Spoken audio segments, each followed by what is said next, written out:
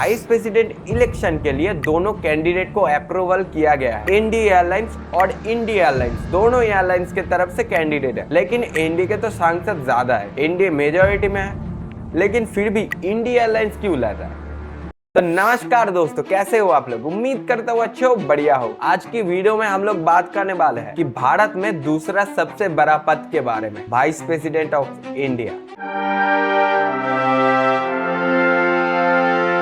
क्या आप लोगों को पता है कि वाइस प्रेसिडेंट कैसे बनता है, उनका इलेक्शन कैसे होता है और उनका पावर क्या होता है। चलिए इस वीडियो में स्टेप बाय स्टेप समझते हैं वाइस प्रेसिडेंट के बारे में, एकदम सिंपल और इंटरेस्टिंग तरीके से।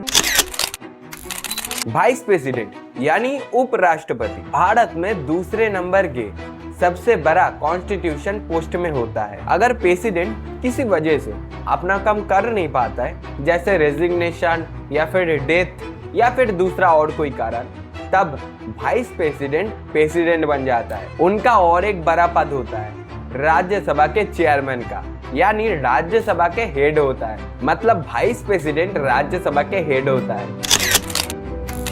1952 में पहली बार भारत में वाइस प्रेसिडेंट का इलेक्शन हुआ था। हमारे पहले वाइस प्रेसिडेंट थे डॉक्टर सर्वपल्ली राधाकृष्णन जी, जो बाद में राष्ट्रपति भी बने थे। तब से लेकर अब तक भारत में 14 वाइस प्रेसिडेंट हो चुका है। इंटरेस्टिंग बात है, ज्यादातर वाइस प्रेसिडेंट बाद में प्रेसिडेंट बना था। वाइस प्रेसिडेंट बनने के लिए कुछ बेसिक क्वालिफिकेशन की जरूरत है, जो कॉन्स्टिट्यूशन में लिखा हुआ। कैंडिडेट को भारत के नागरिक होना पड़ेगा, यानी citizen of India. Minimum age 35 years चाहिए। कैंडिडेट को राज्यसभा के मेंबर बनने के लिए एलिजिबल होना पड़ेगा। कोई भी ऑफिस ऑफ प्रॉफिट होल्ड नहीं करना चाहिए, यानी आप अगर कोई सरकारी नौकरी में हो तो रिजाइन करना पड़ेगा वाइस प्रेसिडेंट का इलेक्शन लड़ने से पहले।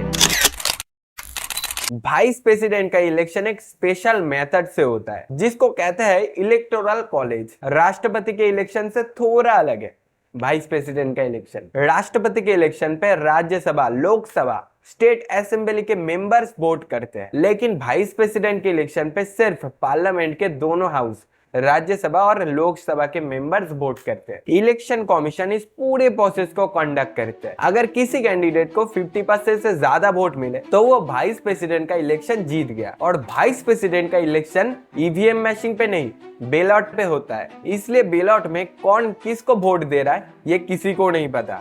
बीजेपी के मेंबर्स कांग्रेस को वोट दे सकते हैं, कांग्रेस के मेंबर बीजेपी को वोट दे सकते हैं, लेकिन कौन किसको वोट दे रहा है ये कोई नहीं जानता। इसलिए वाइस प्रेसिडेंट का इलेक्शन बहुत कठिन है, क्योंकि कोई एक पार्टी का मेंबर दूसरे कोई पार्टी के लीडर को वोट दे सकता है। इसमें उसका पार्टी का लोग जानेगा भी नहीं। जैसे मानो एक पार्टी बी, एक पार्टी ए पार्टी बी पार्टी के लोगों को वोट दे रहा है, और ए पार्टी का लोग जान भी नहीं पाएगा ए पार्टी किसको वोट दिया। इसलिए इस बार वाइस प्रेसिडेंट के इलेक्शन दोनों पार्टी लड़ रहे। हम लोग अभी भी नहीं जानते कौन जीतेगा, इलेक्शन के बाद पता चलेगा। जो वोट दे रहा है उसको ही सिर्फ पता है मुझे किसको देना है, और कोई पकड़ नहीं सकता है किसको दिया। वाइस प्रेसिडेंट का पद 5 साल के लिए होता है, और वो दोबारा भी इलेक्ट हो सकता है। और अगर प्रेसिडेंट का पद खाली हो जाता है तो फिर वाइस प्रेसिडेंट टेम्पोरली प्रेसिडेंट बन जाता है, जब तक नया इलेक्शन ना होता है। वाइस प्रेसिडेंट का मेन फोकस होता है राज्यसभा के चेयरमैन होने के खातिर राज्यसभा के हर एक सेशन को अच्छे से प्रेजेंट करना, राज्यसभा के रूल्स को फॉलो करना और ऑर्डर मेंशन करना। पर एक बात ध्यान रहे, वाइस प्रेसिडेंट के पास राष्ट्रपति के जैसा पावर नहीं होता है। चलिए अब कुछ इंटरेस्टिंग फैक्ट देखते हैं। डॉक्टर सर्वपल्ली राधाकृष्णन जी फिलोसोफर थे और टीचर भी, लेकिन बाद में वाइस प्रेसिडेंट बने। उसके बाद प्रेसिडेंट बने। जाकिर हुसैन जी वाइस प्रेसिडेंट थे, लेकिन बाद में पहली मुस्लिम राष्ट्रपति बने। कुछ दिन पहले इस्तीफा दिया है हमारे जगदीश धनखड़ जी, पहले वेस्ट बंगाल के गवर्नर थे, उसके बाद वाइस प्रेसिडेंट बने। वाइस प्रेसिडेंट का सैलरी राष्ट्रपति से कम होता है, लेकिन राष्ट्रपति का इंपॉर्टेंस भी बहुत ज्यादा है। और एक इंटरेस्टिंग बात, वाइस प्रेसिडेंट का ऑफिशियल रेसिडेंट होता है दिल्ली के मौलाना आजाद रोड पे, जो राष्ट्रपति भवन से थोड़ा छोटा है।